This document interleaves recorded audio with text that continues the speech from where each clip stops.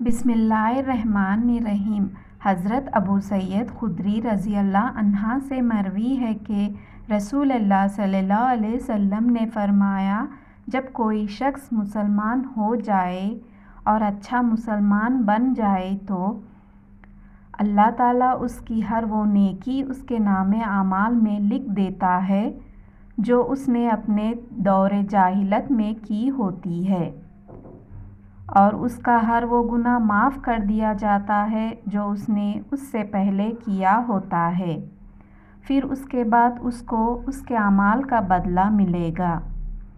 نیکی کا ثواب 10 گنا سے 700 گنا تک ہوگا، اور برائی کا بدلہ برائی کے برابر ہی ہوگا۔ ہاں، اللہ عز و جل چاہے تو اسے بھی معاف فرما دے۔